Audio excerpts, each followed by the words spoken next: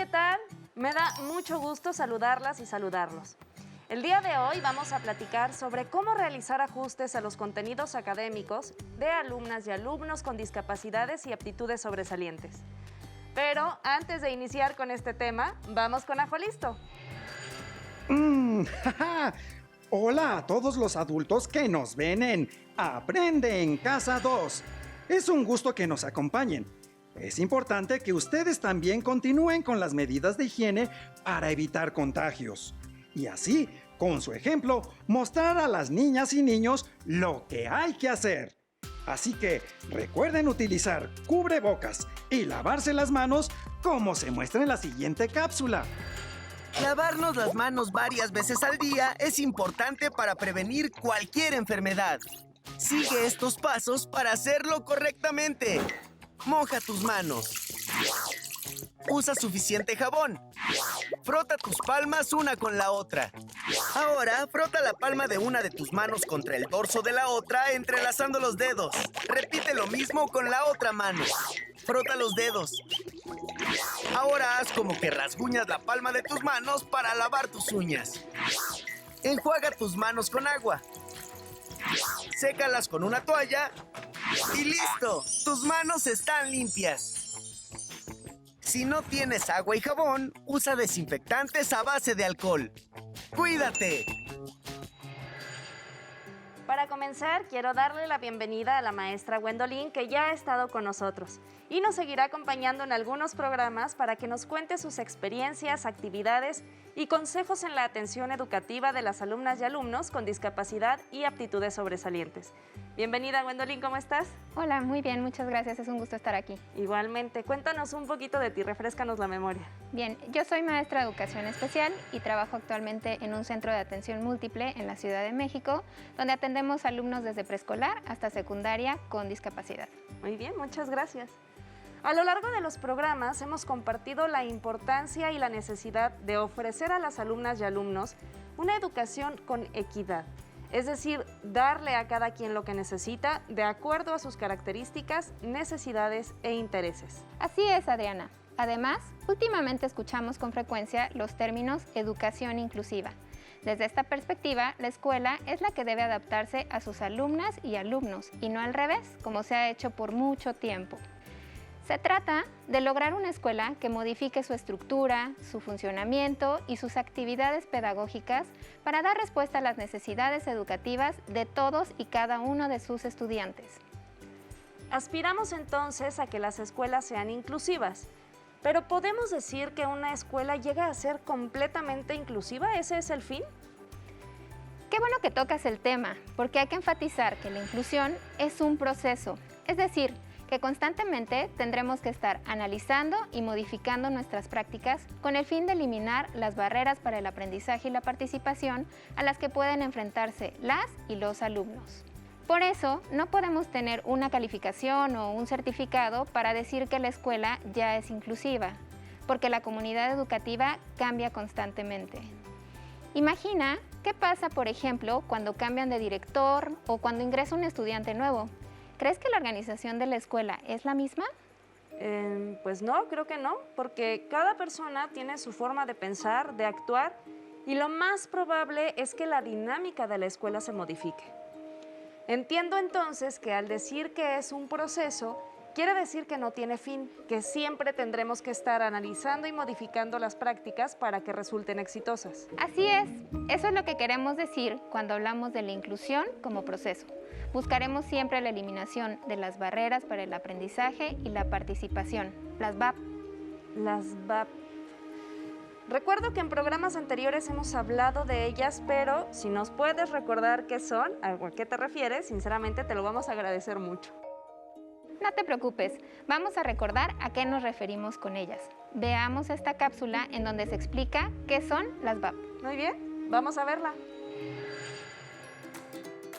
Hola, bienvenidas y bienvenidos. El día de hoy hablaremos de las barreras para el aprendizaje y la participación. En nuestro país, la educación es un derecho que todos tenemos. Sin embargo, existen distintos tipos de barreras que limitan el aprendizaje, especialmente en personas que se encuentran en situaciones de vulnerabilidad, Las barreras para el aprendizaje y la participación, también conocidas como VAPs, son todos aquellos factores que obstaculizan el acceso, permanencia y o logro educativo. Algunos ejemplos de las VAPs son la exclusión y desigualdad entre personas, la discriminación. También lo son la falta de herramientas, estrategias y metodologías dentro del salón de clases para atender las distintas necesidades de aprendizaje de los alumnos. Como padres de familia y tutores, debemos buscar la manera de erradicar esas barreras. Acércate a los profesores de tus hijos e hijas para buscar soluciones en conjuntos. Nos vemos, hasta la próxima. Para profundizar un poco más, las VAP son todas aquellas situaciones que pueden limitar el ejercicio del derecho a la educación de las alumnas y los alumnos. Y pueden estar presentes en la infraestructura, en lo normativo, en cómo se organiza la escuela. Las y los alumnos pueden enfrentar factores que obstaculizan y solo cuando estas situaciones afectan la participación y o el aprendizaje se dice que enfrentan VAP. Por ejemplo, si un alumno falta constantemente a clases, pero a pesar de ello, los días que va a la escuela aprende a la par de sus compañeros, participa en las actividades comprendiendo el tema y desarrollando habilidades, aun cuando el factor que obstaculiza es la inasistencia del alumno, esto no se convierte en VAP, pues el alumno sigue aprendiendo sin que ello genere rezago en él. Pero ahora me gustaría que explicáramos un poco más las barreras pedagógicas. Las barreras pedagógicas o lo que tiene que ver con lo que pasa en el salón de clases, es decir, el trabajo del docente, su planeación, los ajustes que hace con los recursos, estrategias que usa, etcétera. ¿Sí es esto? Sí, exacto. Y quiero centrarme en ellas para que a la vez retomemos los principios del DUA y vayamos viendo cómo se van implementando en los salones de clases con el fin de eliminar estas VAP que puedan enfrentar las alumnas y los alumnos. ¿Te gustaría conocer estos ejemplos? Claro, y seguramente para quienes nos ven en casa también resultará muy productivo. Bueno, comencemos recordando algunos puntos sobre los principios del DUA para que nos queden súper claros y entonces podamos mostrar los ejemplos. ¿Te parece? Me parece muy bien. El principio 1 es proporcionar múltiples formas de representación. Así es, este principio nos ayuda a reflexionar que si tenemos alumnas y alumnos con características distintas, como lo hemos mencionado durante todos los programas, entonces cada una y cada uno tienen una forma distinta de percibir y de comprender la información. Estoy de acuerdo. Por ejemplo, las alumnas y alumnos sordos requieren más apoyo visual y quienes son ciegos requieren escuchar la información con mayor detalle, ¿cierto? Así es. Por lo tanto, de acuerdo con lo que se propone en este principio, deberemos ofrecer diferentes maneras de presentarles la información para lograr que accedan a ella y la comprendan. ¿Cómo se te ocurre que podemos hacerlo? A ver, por ejemplo, una alumna o alumno ciego requiere que se les describa la información con el mayor detalle posible. O sea, no solo es decir, esta flor es de varios colores, sino decir algo como, esta flor con pétalos largos es de color amarillo, naranja y rojo. O podemos hacer que huelan la flor de la que estamos hablando. Exacto. Y por ejemplo, con una alumna o alumno con aptitudes sobresalientes, podemos pedirle que busque diferentes opciones para obtener información. Libros, internet, exposiciones, entrevistas. Si bien esto no es exclusivo para estos alumnos, sí es verdad que pueden detonar muchos aprendizajes cuando utilizan más fuentes que solo el libro. De acuerdo. El segundo principio es proporcionar múltiples formas de acción y expresión. Así es, y este nos hace pensar que si tenemos distintas formas de acceder a la información, entonces también tenemos distintas maneras de expresar lo aprendido. Recuerda cuando ibas a la escuela, ¿qué se te hacía más fácil? ¿Un examen escrito o realizar una exposición? A mí se me hacía mucho más fácil presentar un examen escrito. ¿Ves? Y seguramente tenías compañeras o compañeros que al contrario, preferían presentar una exposición. Y eso está bien, no es que una u otra persona aprenda menos, simplemente tienen distintas maneras de demostrar sus aprendizajes. ¿Se te ocurre algún ejemplo de cómo lo podríamos hacer con los estudiantes? Ahora recuerdo que cuando tuvimos el programa sobre tecnología, nos mostraron un tablero de comunicación Y se me ocurre que con uno de ellos podemos lograr que alguien con discapacidad motriz o con trastorno del espectro autista pueda entablar una conversación o expresar sus ideas. Muy buen ejemplo. A veces pensamos que no están accediendo al aprendizaje, pero tal vez es que no hemos encontrado cómo lo pueden comunicar. En el caso de una alumna o alumno con aptitudes sobresalientes, podemos variar el nivel de complejidad de las actividades y por lo tanto podemos solicitar que elabore tareas como ensayos, dibujos, exposiciones. El punto es que sean actividades que les representen un reto y que sea de su interés. Muy bien. Y el tercer principio es el de proporcionar múltiples formas de motivación. ¿Nos puedes recordar la importancia de este? Claro, si ya dijimos que aprendemos distinto, que tenemos distintas maneras de dar a conocer lo que aprendemos, este principio nos recuerda que todas y todos tenemos distintas preferencias o intereses, distintas cosas que nos motivan. Habrá a quien le gusten los deportes, pero alguien más preferirá la música. Habrá quienes aprendan más realizando trabajo en equipo y habrá quienes tengan mayor preferencia por el trabajo individual. Entonces, este principio nos invita a reconocer en nuestras alumnas y alumnos aquellos puntos de interés, aquello que los motiva, que mantiene su atención. ¿Cómo piensas que podría ponerse en juego este principio, Adriana?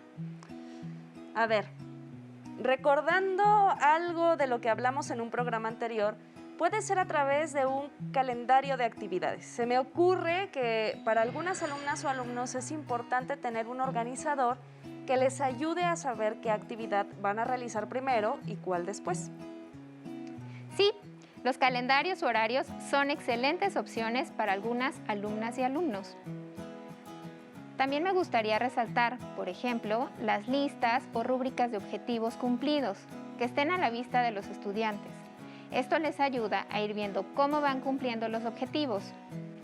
Y algo muy importante de este principio es siempre considerar el interés de nuestras alumnas y alumnos. Eso lo logramos conociendo a nuestro grupo. Es más fácil lograr un aprendizaje cuando lo hacemos interesante, llamativo. Por ejemplo, pienso en maestras o maestros que han empleado los memes para desarrollar habilidades del lenguaje o para atraer la atención. Nuestros alumnos son nativos digitales y las opciones tecnológicas pueden resultar mayormente motivantes para ellos. Sin embargo, al ser los maestros migrantes digitales, en ocasiones las desconocemos o tenemos poca experiencia con ellas, así que es un área de oportunidad para nosotros. Claro, y a veces no tomamos en cuenta lo que les gusta a nuestras alumnas y alumnos. Damos por hecho que porque a mí me gusta, pues a ellos también. Exacto. Y bueno, después de dar este repaso, vamos a pasar a nuestros ejemplos. Algo que les recomiendo para hacer una buena planeación es tener en cuenta 3 preguntas que se relacionan con los principios. ¿Qué del aprendizaje? Es decir, ¿qué información quiero que mis estudiantes aprendan? ¿Cómo? ¿Qué opciones tienen mis estudiantes para expresar lo que aprenden? ¿Y por qué? ¿Por qué mis estudiantes van a estar interesados en aprender? ¿Qué estoy haciendo para que formen parte del proceso y participen? Pero para hacerlo un poco más fácil de explicar, ¿me puedes decir un tema que quieras que trabajemos? A ver, por ejemplo, estoy pensando en un grupo de 3er grado de primaria y ¿qué estamos trabajando? Ciencias naturales. Más específico, la identificación de distintas formas de nutrición de plantas y animales y su relación con el medio natural. Perfecto. En este caso, retomando el principio 1 del DUA, proporcionar múltiples formas de representación, podemos llevar diferentes imágenes de animales y plantas y pedirles que hagan 2 láminas, una solo con animales y otra solo con plantas. Oye, pero ¿solamente con imágenes haríamos esto? ¿No tendríamos que considerar algún otro material? Porque recuerdo que varios de los invitados que tuvimos en los programas anteriores, y tú que hace rato lo comentaste, es importante que tomemos en cuenta las características de las y los alumnos, así como sus posibilidades, habilidades e intereses. Ah, muy bien. Entonces sí has puesto atención. ¡Claro! Tanto de ti como de nuestros invitados. He aprendido muchísimo. Pero bueno, regresemos al ejemplo de las plantas y los animales. El DUA implica sobre todo mucho trabajo en la planificación, pues debo pensar en todas las opciones a partir de las pautas que hemos mencionado. Eso implica más materiales, más formas de presentar la información, etc. Así que, como maestros, debemos llevar un panorama amplio de cómo estructuramos nuestra clase. Tal vez por las características de nuestros alumnos necesitamos llevar otros materiales, como pueden ser animales o plantas de juguete. O tal vez en el grupo haya alguna alumna o alumno con muchas habilidades para trabajar la plastilina. Entonces le pido que nos ayude modelando animales o plantas, porque imagínate que en el grupo haya alguna o algún alumno ciego o que tiene baja visión. O tal vez no necesariamente tienen que presentar esta condición, tal vez haya alguien que requiera interactuar con el objeto para tener un mayor conocimiento. Así es, cada alumna o alumno aprenden de manera diferente, tengan o no discapacidad. Regresando al ejemplo que les estaba dando, tal vez no podamos hacer los objetos con plastilina. Entonces, en la misma imagen, recorte o dibujo que tenemos, podemos engrosar los contornos o ponerle alguna textura que ayude en el reconocimiento. Y entonces, con eso y algunos otros recursos que seguro se les ocurrirán a docentes, madres y padres de familia que nos están viendo, nos aseguramos que todas y todos estén en igualdad de condiciones para acceder a la misma información. Es decir, todas y todos los alumnos están realizando cosas distintas, respondiendo a su forma de aprender, pero siempre teniendo en mente que el aprendizaje esperado es el mismo para todos. Así que no será suficiente, por ejemplo, que uno de mis alumnos esté solo coloreando o remarcando el texto, pues lo que quiero es que identifique cómo se alimentan las plantas y animales, y esto no será suficiente. Así es, hasta ahora hemos hablado de cómo se podría representar la información de diferentes maneras, pero también es importante considerar el segundo principio del DUA: proporcionar múltiples formas de acción y expresión, es decir, la forma en que nuestras alumnas y alumnos nos van a explicar sus aprendizajes. Siguiendo con el ejemplo de las plantas y animales, podemos preguntarles cómo son, cuáles son sus características principales, cuáles son sus diferencias. Y para estas preguntas podemos hacer uso del lenguaje corporal, de portadores de texto, escribiendo frases sencillas o solo palabras y dejándolas a la vista de todos, o que se peguen en los cuadernos para poder retomar estas características que se están resaltando más adelante. También podemos motivar a que sean las alumnas y alumnos quienes escriban esas frases o palabras, o bien hacerlo de manera verbal, sin tener que escribirlo ya sea en tinta o en braille. Inclusive habrá alumnas o alumnos que puedan desarrollar un organizador gráfico como este, donde consideren plantas comestibles, con hojas y con flores, y presentarlo a sus compañeras y compañeros, y con esto podemos hacer la evaluación final. ¡Claro! Si estamos considerando que todos tienen diferentes características, intereses y posibilidades, también lo tendríamos que considerar para evaluar los aprendizajes. Porque a veces les presentamos la información de muchas maneras, pero a la hora de evaluar regresamos al examen escrito. Sí, y por eso debemos cambiar nuestras formas de evaluar. Tal vez la evaluación para algunos consistirá en que clasifique plantas y animales, o tal vez que agrupe a las plantas por el tamaño de su hoja, y habrá quien podamos pedirle una investigación sobre las plantas dependiendo de los ecosistemas que le indiquemos o que ellas o ellos escojan. O bien, con los animales, agruparlos por cómo se desplazan, si lo hacen en 4 patas, si reptan, nadan, etc. Entonces, pueden expresar sus aprendizajes de diferentes formas. Si tenemos una alumna o alumno con aptitudes sobresalientes, pueden realizar un ensayo o una conferencia basada en las características de lo que se va aprendiendo, o hasta una investigación más profunda, en donde no solo clasifique plantas y animales, sino que vaya ordenando de acuerdo al lugar donde viven o la forma en que se alimentan. Me parecen muy interesantes todas estas formas que nos presentas. Ahora me gustaría que nos explicaras cómo entra en juego el tercer principio del DUA, proporcionar múltiples formas de motivación. Bueno, Este principio entra en juego desde que estamos diseñando las actividades. Recordemos que este tiene que ver con las maneras en que un estudiante se motiva o lo que le genera interés. Entonces, cuando conozco a mis estudiantes, me doy cuenta qué es lo que les interesa o les motiva y en eso me baso para planear mis actividades. Por ejemplo, si sé que a mis alumnos les motiva trabajar en equipo, entonces las actividades que diseñe deben estar basadas en la colaboración.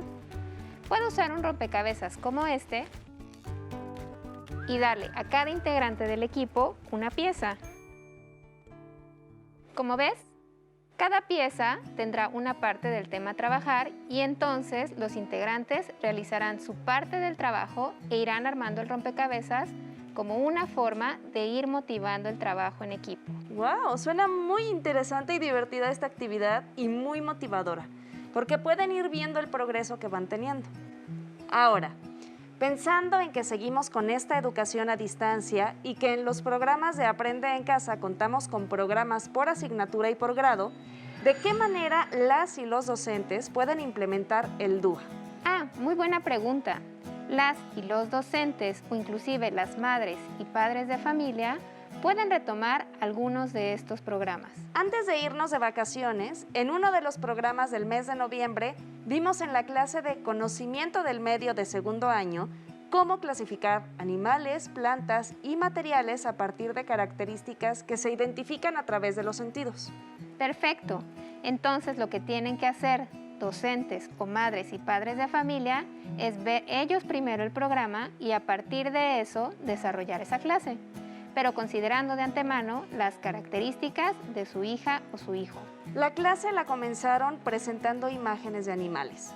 Entonces se me ocurre que podemos utilizar esos mismos animales, pero hacerlos tal vez más grandes, porque no todos pudieron buscar imágenes en internet, ya sea en la computadora o en nuestro teléfono. Aunque en ese programa nos ayudó que presentaban animaciones de los animales, pero tal vez pueden utilizar los animales que a su hija o hijo les gusten o los que están en la casa y además los pueden tocar. En ese programa pudimos ver que algunos animales los describían un poco más. Justo eso es lo que te iba a decir. Una de las acciones que podemos hacer es una descripción más profunda, o bien hacerles preguntas sencillas y que la respuesta solo sea sí o no. Por ejemplo, ¿tiene plumas? ¿Puede volar? ¿Es de color negro? ¿Tiene patas? ¿Es grande?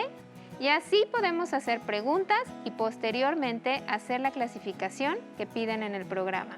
En el programa del que platicamos se presentaron videos, pero ninguno tenía diálogo. Lo que tenemos que hacer en esos casos, por ejemplo, para alumnas y alumnos ciegos es describir qué es lo que está proyectándose. Vemos tal animal, que están en el agua, están en un árbol, están en un zoológico y ahí comparten el espacio con otros animales, ¿no? Hay unos coyotes que se parecen a los perros, etc. Así es, en esos casos debemos describir todo lo que estamos viendo. O aunque no sea ciego, requiere que estemos reforzando lo que se está proyectando en la pantalla y hacerle notar lo que está pasando. También podemos incorporar nuevo vocabulario y sobre todo también hay que retomar conocimientos previos, experiencias, etc. Oye, Gwendolyn, ¿no te parece que hemos visto muchos ejemplos? Solo algunos, pero insisto, y aunque suene un poco repetitivo, cuando conocemos a nuestras alumnas y alumnos podemos pensar en muchas cosas y también retomar el trabajo en equipo no tiene que ser responsabilidad solo de una persona. En los ejemplos pudimos darnos cuenta también que podemos aprender no solo de los libros y los cuadernos, sino que podemos darles a los estudiantes opciones de movimiento, donde experimenten y así lograr desarrollar aprendizajes en ellos. Hemos llegado al final de nuestro programa. Seguramente estos ejemplos podrán ser retomados para el diseño de muchas actividades más. Muchas gracias por acompañarnos, Gwendolyn. Fue un gusto tenerte otra vez en este estudio. Igualmente, para mí fue un gusto estar aquí y nos vemos pronto en otro programa de Educación Especial. Les recuerdo que está habilitado el correo que aparece en pantalla dudas.educacionespecial@nube.cep.gov.mx para que nos hagan llegar sus sugerencias y sus comentarios. Cuéntanos qué otras ideas o estrategias has implementado. Muchas gracias a todas y todos quienes nos ven detrás de la pantalla. Aquí terminamos con educación especial, continuamos con educación preescolar. ¡Hasta pronto! Pero antes, ha llegado el momento de movernos un poco. Acompáñenme con la siguiente pausa activa y muévanse. Recuerda, entre clase y clase, activa tu cuerpo. Vamos a trabajar un ejercicio de coordinación que se llama caperuza. Vamos a levantar nuestra pierna derecha y la mano derecha igual, y al mismo tiempo vamos a elevar talón del pie contrario. Izquierda y elevamos talón. Derecha y elevamos talón. ¿Listo? Bien. Un poco de equilibrio se necesita y coordinación. ¿Ah? Una más. Una más. Acuérdate, elevas rodilla y la mano del mismo pie. Bien, bien. Nos ponemos en posición y elevamos rodilla derecha, mano derecha. Muy bien. Izquierda. Muy bien. Hago un poco más despacio para que puedas levantar rodilla y mano al mismo tiempo, elevando el talón del pie contrario. Bien. Haz una coordinación. Trata de mantener un poco el equilibrio, apoya eso con tu otra mano, de tal manera que te puedas sentir a gusto. Acuérdense que es la rodilla que se levanta, la mano del mismo lado se estira. Ahora vamos a hacer una marcha nada más marcada. Lo que vamos a hacer es, vamos a elevar nuestras rodillas de forma alternada y vamos a la altura de nuestra cintura. Vamos a hacer que peguen nuestras manos y vamos a alternar derecha, izquierda, derecha, izquierda. Muy bien, alza un poquito más las rodillas y bien. Un poquito más la marcha, que se vea, ¿sí? La marcamos, muy bien. Elevamos más las rodillas, perfecto. Ok, vamos a hacer la marcha, nos ponemos en posición, de forma relajada y empezamos. Derecha, izquierda, espalda bien derecha, controlen su movimiento, muy bien. Respira, arriba rodillas, arriba, que la rodilla llegue, no bajen las manos, espalda bien derecha, espalda derecha, sigue, eleva más la rodilla, muy bien, perfecto, así, más. Recuerda, al terminar la activación, no olvides la protección.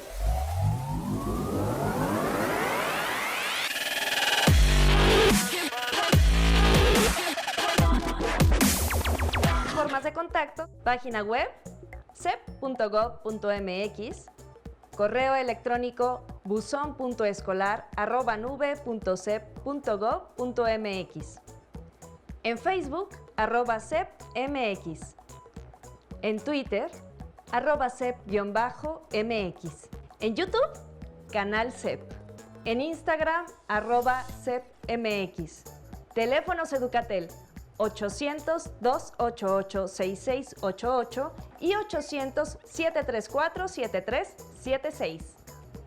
Si quieres volver a ver los programas de Aprende en Casa, los puedes encontrar en la siguiente liga: aprendeencasa.cep.gov.mx. A continuación, tenemos algo muy importante para ustedes. ¡Acompáñenos! Crecer.